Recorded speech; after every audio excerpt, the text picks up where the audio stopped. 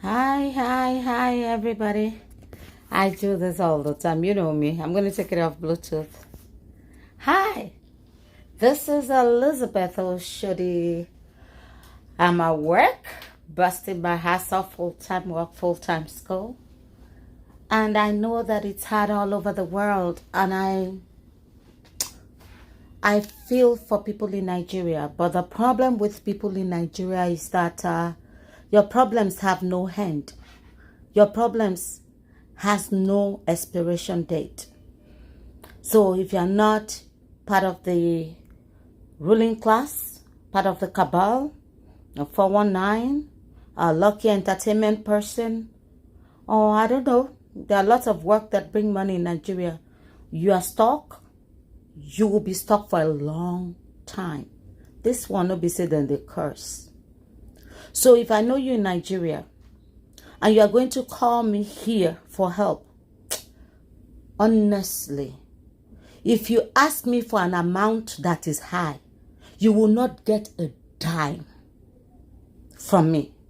So you ask me for realistic amount, 30,000, 50,000. If I'm really close to you, maybe 100,000. Because as you know, I have not inherited anything. And I'm not expecting inheritance. Everybody, they get problem. People are here in America, abroad, working 60, 70 hours a week. You sit in your bad governance, bad economy, and you are translating $1 to 500 for me and for the people that are here busting their asses off. So you think, they should be able to afford it now.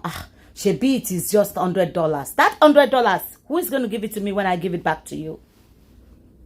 I'm giving you money that I'll have to account for at the end of the year. Everybody, they tell you now, we go soon hold our different parts of the world, though. I have a big family. My father has 10, 11 children. I already have my own problems. I can only help where I can. I am not an enterprise. I am not, the thing is just getting fucking annoying. Wake me up in the middle of the night, you call people that, and I'm not the only one. This is getting absolutely ridiculous. So I think it is that time we start considering to begin to sever ties. I've been here for 28 years. If I haven't made a dime from you since then, I don't think you have a right to expect a dime from me now. Please, everybody's working hard. Be realistic. That Instagram life where they see, it's not real. Even we in America don't live like that. We don't live. In the 2.5 years here, I've been to a party maybe once or twice. You cannot say because you want to get rid of bad thoughts or heavy feelings. All they see is Instagram. You post today, tomorrow now, makeup tomorrow now. All those little money cost. And people are not waking up to the way the economy of the world is, even here. And the way the heart of people have become. The heart of people is getting colder. People are thinking of their retirement plans and what they need to put aside for their children and for their grandchildren.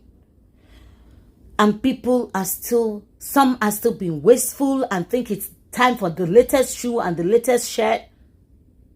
No, we're in different places in our lives. As for me, I'm into saving and preparing for my life. I can't look in my bank account and think there's so much money there. No, I don't have. See, people, they lie till now. Some people say they've made it. They think they are God. They're not thinking something can happen tomorrow. When my son was suddenly murdered, I had to bury him myself. Some people contributed. But regardless, from my own pocket was still about $22,000. If that is how I don't keep 1 + 1 to become 2, where will I see that? Just go throw him in a hole somewhere? You want to buy a house now, your least deposit is $35,000, $40,000. Physical cash from your own pocket. Let people in Nigeria be realistic. Oh, that money is not here like that. I don't know about those that are flaunting to you. Tomorrow you see them in handcuffs. As for me, I am realistic. I'm just a normal, regular, working, ass-busting female. So let's get that straight. You're going to send me a bill for your children's tuition. Not one child, though. For 4 children. For me, moi, to come and pay almost 150,000 for your children. Say what happened now. No, say what happened. Come on, make una dey realistic. So if you ask me money and I look at the kind of relationship we have and I think that it's not worth it, I'll shut you down. I'll block you everywhere on my page and you won't get a dime. So if you are going to be asking for money from people here, don't say you are trying local. If I ask for 200,000, at least you will give me 50,000. No. If you ask me for 200,000, you won't get a dime. Because I know if I send that 50,000 to you, you won't appreciate it. You'll be cursing me. Abi? On my 50,000 that I sweated for. No. So if you are going to ask money from the people here, you ask for realistic amount. If not, once you get off that phone, you will never get the privilege to talk to me again. I promise you. So let's wake up. Let's realize that it's hard all over the world. There are people sleeping on the streets of Los Angeles. I have left my own house for 2 years doing travel nursing all over the states. I'm not working because of another family. I'm working because of me, my future. Okay? So be realistic. All that community giving, I'm not those. There are lots of people, you know, they have their job and they have their sugar daddies outside of their husbands and they can sleep around and make money. I'm not doing that. We go know the class where I'm one of the muguns where they here, we no open high at all. I no see road, but since I don't the waka, I never jam pole. I know what the heck I'm doing. So let's get that straight. If you need help from anybody, weigh what your relationship with that person is before you open your mouth to ask. If you ask them for something that is too big, you just realize that they start to avoid you. Realistic amount. They didn't give birth to your children with you.